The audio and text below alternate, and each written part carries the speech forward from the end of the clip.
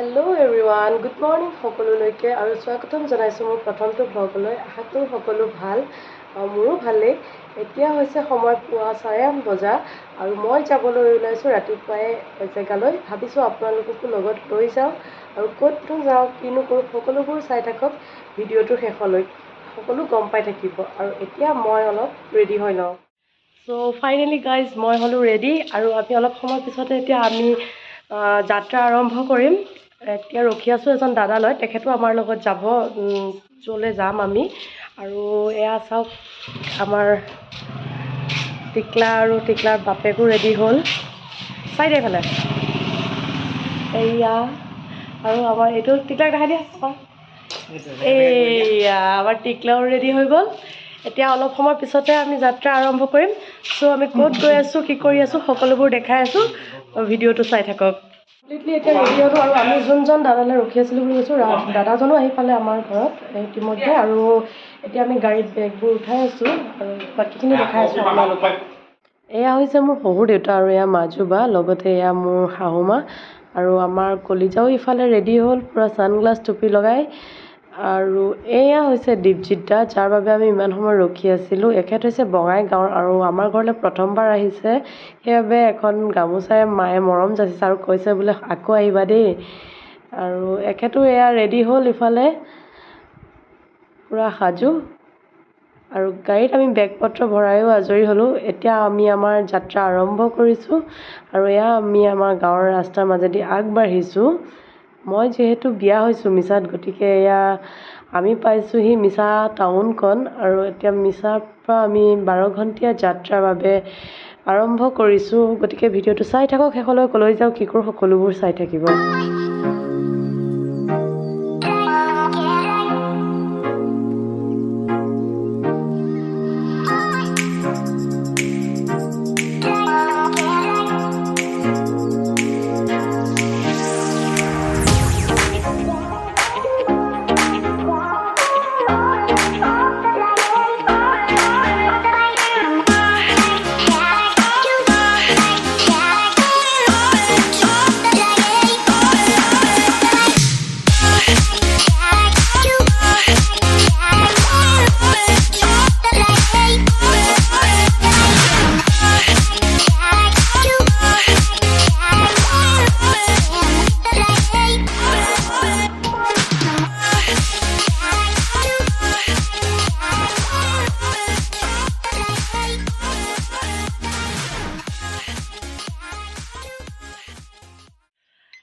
Hello', আমি এয়া আহি পালোহি মাইবং আৰু মাইবং সোমাইছোঁ বাৰু এই অলপ আগত।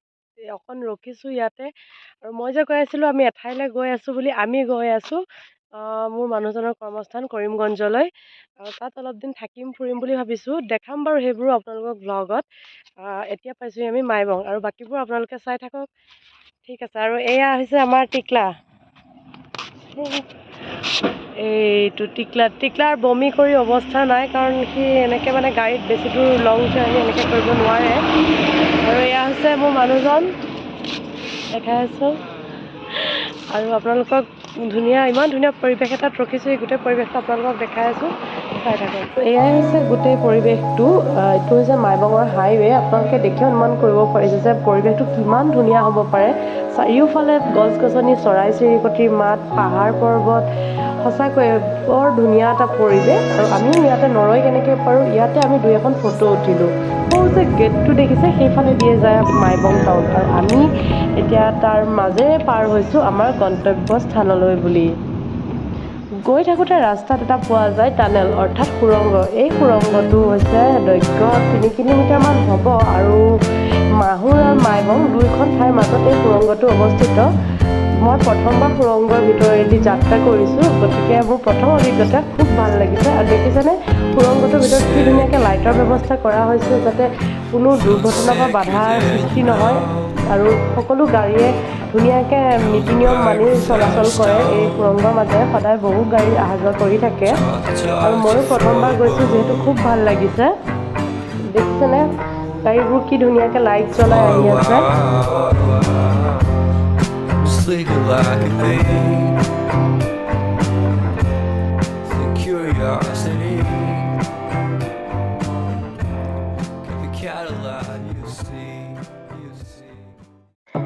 সুৰংগটো অতিক্ৰম কৰি আমি পালোহি মাহুৰ আৰু আপোনালোকে হয়তো দেখিব পাৰিছে যে ৰাস্তাটো কিদৰে খহি গৈছে আৰু এতিয়া বাৰিষা কাল যিহেতু বাৰিষা কালত পাহাৰীয়া ঠাই বা পাহাৰীয়া ৰাস্তাবোৰত বহুত বেছি ভয়ংকৰ পৰিস্থিতিৰ সৃষ্টি হয়। যিদৰে ৰাস্তাবোৰ খহি গৈছে ঠিক একেদৰে বাৰিষা কালত পাহাৰৰ মাটি খহি আহি ৰাস্তাবোৰ বন্ধ হৈ যায়, কিন্তু আমি তেনেকুৱা একো পৰিস্থিতিৰ সন্মুখীন হ'ব লগা নহ'ল। সেয়ে আমি খুব ধুনীয়াকৈ আমাৰ যাত্ৰাটো অব্যাহত ৰাখিব পাৰিলোঁ। চ' গাইজ ফাইনেলি পালোহি আমি জাতিংগা আৰু এয়া জাতিংগাত আহি পেলাই আমি একাপ ধুনীয়া গৰম চাহ গাখীৰ চাহৰ জুতি লৈছোঁ আৰু গাখীৰ চাহ একাপ খাই পেলাই আমি আকৌ আমাৰ গন্তব্যস্থানলৈ বুলি চৰাইৰ মৃত্যু উপত্যকা বুলিও জনা যায়। ইয়াত ডিচেম্বৰ মাহত চৰাই চিৰিকটিবোৰ আহি ইয়াত আত্মহত্যা কৰে বুলি কয় আৰু এই জেগাখন ইয়াৰ পৰা চাওকচোন কি ধুনীয়া দেখিছে। আৰু এইখনেই হৈছে সেই যোনখন জেগা য'ত চৰাই চিৰিকটিবোৰ মৃত্যু মানে আত্মহত্যা কৰে। আপোনালোকক মই দেখা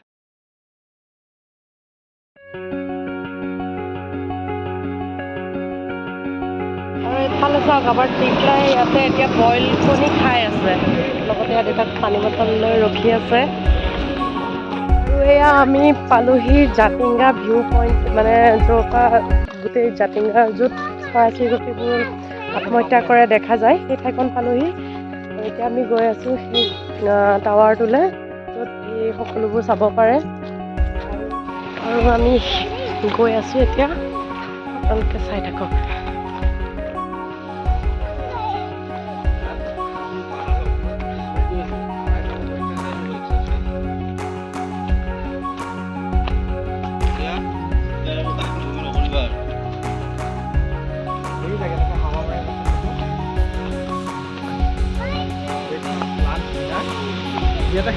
আৰু ইয়াতে এখন কেফেও আছে।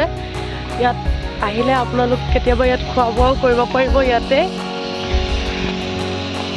আৰু এইখন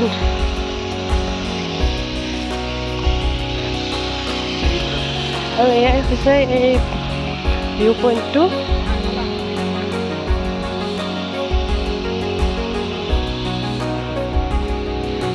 কি ধুনীয়া পৰিৱেশ আৰু দেখিছেনে সকলোবোৰ ডাৱৰে আৱৰি ধৰিছে। ইমান ধুনীয়া লাগিছে দেখি, গোটেই পৰিৱেশটো একদম ঠাণ্ডা পৰি গৈছে। দেখিছেনে কিমান কচুগুটি।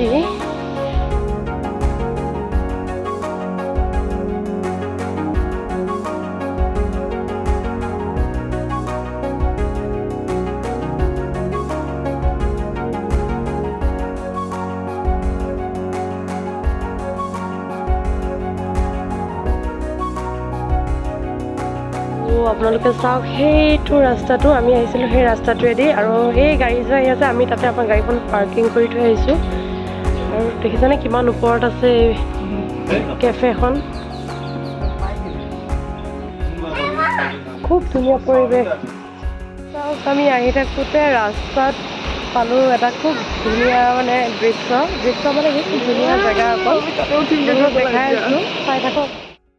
জাতিংগা বাইপাছটো পাৰ হৈ অলপ দূৰ আহিয়েই পোৱা যায় এই মনোমোহা ঠাইখন। কিন্তু ঠাইখন মনোমোহা হয়, কিন্তু ৰাস্তাৰ অৱস্থা আপোনালোকে হয়তো দেখিব পাৰিছে কিমান বোকা। আৰু মই যিহেতু কৈছোঁৱে বাৰিষা কালত পাহাৰীয়া ৰাস্তা খুব ভয়ংকৰ হৈ পৰে আৰু এয়া তাৰেই উদাহৰণ। দেখিব পাৰিছে যে বোকাৰ পৰা ভৰি দিবলৈ ঠাই নোহোৱা হৈছে, তথাপিও ধুনীয়া ঠাইখন দেখি কেনেকৈনো নৰখাকৈ থাকোঁ বা নোচোৱাকৈ থাকোঁ, সেইবাবে এবাৰ চাই যাওঁ বুলি সোমালোঁ। আৰু এয়া যে কাষতে দেখিছে এইটো হয়তো আগতে টিকেট কাউণ্টাৰ আছিল আৰু এতিয়া বন্ধ হৈ আছে। গেটখন এনেই মাৰি থোৱা আছে এনেকৈ। আমি গেটখন খুলি আমি তাৰ ঝৰ্ণাটো চাবলৈ বুলি আগবাঢ়িলোঁ। আৰু এয়া দেখিছেনে আপোনালোকে কি ধুনীয়া পানী বৈ আছে আৰু যেন গৈ তাত সোমাম, পানীখিনি এবাৰ চুই চাম তেনেকুৱা লাগিছে। বন্ধ হৈ আছে আৰু ইয়াত সোমোৱাটো বহুত বিপদজনকো হয়, সেইবাবে আমি নোসোমালোঁ। কিন্তু আমাৰ বাপেক পুতেকৰ ফূৰ্তি ক'বই নোৱাৰে ঝৰ্ণা দেখি। দেখিছেনে হাঁহি দুইটাৰে। আৰু আমাৰ ল'ৰাই কিন্তু পানী খুব ভাল পায়, সি পাৰিলে চুবলৈ যায়, কিন্তু এনেকুৱা ঠাইত সোমোৱাটো বৰ ভয়ংকৰ হয়। আৰু সেয়া যে দেখিছে সেইখন হেংগিং ব্ৰিজ হয়।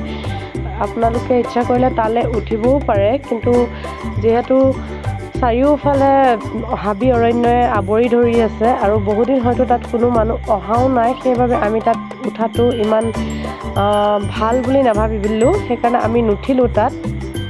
আমি এনেই সন্মুখৰ পৰা এনেকৈ চাই আমি আকৌ উভতিলোঁ। আপোনালোকক আকৌ এবাৰ গোটেই পৰিৱেশটো দেখাই দিছোঁ। এয়া যে দেখিছে, এয়া চিৰিয়েদি গৈ সেই ওপৰৰ হেংগিং ব্ৰিজখনত উঠিব পাৰে আৰু সিফালেদি নামিব পাৰে, আৰু ইচ্ছা কৰিলে কোনোবা সিফালেদি উঠি পেলাই ইফালেদি ইটো ৰাস্তাইদি আকৌ নামিব পাৰে। আৰু এয়াই গোটেই পৰিৱেশটো। এতিয়া আমাৰ এই হেংগিং ব্ৰিজৰ পৰা আমি ওলাই এতিয়া আকৌ আমি আমাৰ যাত্ৰা আৰম্ভ কৰোঁ। আৰু এইখন ইয়াত ধুনীয়াকৈ লগ কৰি থৈ দিয়ে, এতিয়া আকৌ আমি আমাৰ যাত্ৰা আৰম্ভ কৰোঁ কৰিমগঞ্জ অভিমুখে। গাইজ চাই থাকক মোৰ ব্লগটো। এয়া আপোনালোকে হয়তো দেখিব পাৰিছে যে ৰাস্তাটো কেনেকুৱা ভয়ংকৰ, আৰু চৌদিশে কেৱল হাবি বননি জংঘল এইবোৰেই। দূৰ দূৰণিলৈকে ইয়াত মানুহ বুলিবলৈ কোনো এটা পোৱা নাযায়। মানুহে কথাতেই কয় নহয় যে নাকৰ আগত জীৱটো লৈ যোৱা, আৰু ঠিক একেদৰে আমিও নাকৰ আগত জীৱটো লৈ আমি তেখেতৰ কৰ্মস্থান কৰিমগঞ্জলৈ বুলি আগবাঢ়িছোঁ। আৰু এয়া দেখিছে নহয় ৰাস্তাৰ অৱস্থা, ইয়াতেই সন্ধিয়া 6-7টামান বাজিছে আৰু লাহে লাহে সন্ধিয়াই নামিলে, ৰাতি হ'বই হ'ল। দেখিছে নহয় ৰাস্তাৰ পৰিস্থিতি কেনেকুৱা ভয়ানক হৈ আহিছে। গতিকে গোটেই ভিডিঅ'টো সম্পূৰ্ণকৈ আপোনালোকক দেখাব পাৰিম নে নাই মই ক'ব নোৱাৰোঁ, কিন্তু যিমান পাৰোঁ মই দেখাবলৈ চেষ্টা কৰিম, যিহেতু আমি ইমান এটা দীঘলীয়া যাত্ৰা কৰি আহিছোঁ আৰু দিনটো একো খোৱা মেলাও হোৱা নাই ভালকৈ, কাৰণ ইয়াত হোটেল বুলিবলৈ একো এখন পোৱা নাযায় ভাল। গতিকে ভাল ঠাই এখন পাই হোটেল বা ৰেষ্টুৰেণ্ট যি পাওঁ তাতে সোমাই কিবা এটা খাই মেলি আপোনালোকক ভিডিঅ'টো দেখাবলৈ চেষ্টা কৰিম। বহু সময়ৰ পিছত এতিয়া সময় পাইছে 9:15 আৰু মই এতিয়া আহি পাইছোঁ শিলচৰ। এখন ৰেষ্টুৰেণ্টত যেন তেন পাইছোঁ আৰু বাকী যিমান চাইছিলোঁ ৰাস্তাত সকলোবোৰ বন্ধ হৈ আছে। আৰু এতিয়া ফাইনেলি আহি পাইছোঁ। অলপ পিছত আমি খাই মেলি ইয়াৰ পৰা ওলাম আৰু আকৌ আমাৰ গন্তব্যস্থান কৰিমগঞ্জলৈ বুলি যাত্ৰা। Hello' everyone, good morning. আৰু যোৱাকালিৰ ভিডিঅ'টো মই কণ্টিনিউ কৰিব নোৱাৰিলোঁ, কাৰণ যোৱাকালি ৰাস্তাটো বহুত বেয়া আছিল আৰু শেষলৈ বহুত বৰষুণো দিছিল আৰু এন্ধাৰো নামিলে, গতিকে মই ভিডিঅ'টো কণ্টিনিউ কৰিব নোৱাৰিলোঁ। আৰু আপোনালোকক আগতেই জনাইছিলোঁ যে মই গোটেই ভিডিঅ'টো হয়তো কণ্টিনিউ কৰিব নোৱাৰিম। আৰু লগতে ল'ৰাৰ গা বহুত বেয়া আছিল, সি বমি কৰি গোটেই ৰাস্তাটোৰ অৱস্থা নাইকিয়া হৈ গ'ল, আৰু মোৰো গা শেষলৈ বহুত বেয়া হৈ গ'ল। গতিকে আজি ৰাতিপুৱাই উঠি আকৌ ভিডিঅ'টো ষ্টাৰ্ট কৰিলোঁ, গা পা ধুই মেলি। এতিয়া আমি যোৱাকালি পালোঁহি, আমি ৰাতি 12:30-1টামান বজাত পালোঁহি।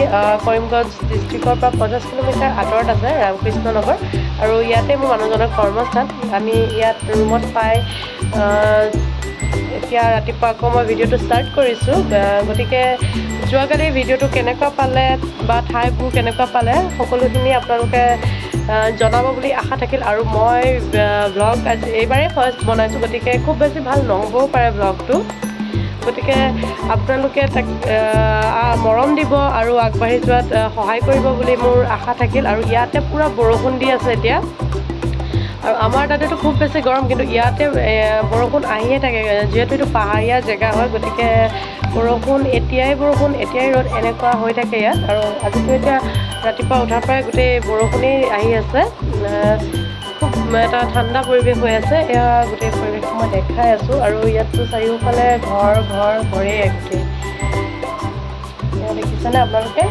এইটো হৈছে আমি থকা ৰুমটো, আৰু মই দেখাম আমি থকা জেগাখিনিও বা ৰুমটো কেনেকুৱানো কি ক'ত আছোঁ, গোটেইখিনি চাই থাকিব আপোনালোকে। আৰু যদি আপোনালোকে মোৰ ফেচবুক পেজ, মই তেজপুৰ জীয়ৰী পূবালীৰ পেজটোৰ পৰা চাই আছে, গতিকে পেজটো আপোনালোকে লাইক আৰু ফ'ল' কৰি দিব। আৰু যদি আপোনালোকে মোৰ ইউটিউব চেনেল PP প্ৰডাকশ্যনৰ পৰা চাই আছে, গতিকে চেনেলটো ছাবস্ক্ৰাইব কৰি দিব আৰু আগবাঢ়ি যোৱাত সহায় কৰিব বুলি আশা থাকিল। আৰু ভিডিঅ'টো কেনেকুৱা পালে কমেণ্ট কৰি জনাব, আৰু লাইক শ্বেয়াৰ ছাবস্ক্ৰাইব কৰি দিব। Thank U.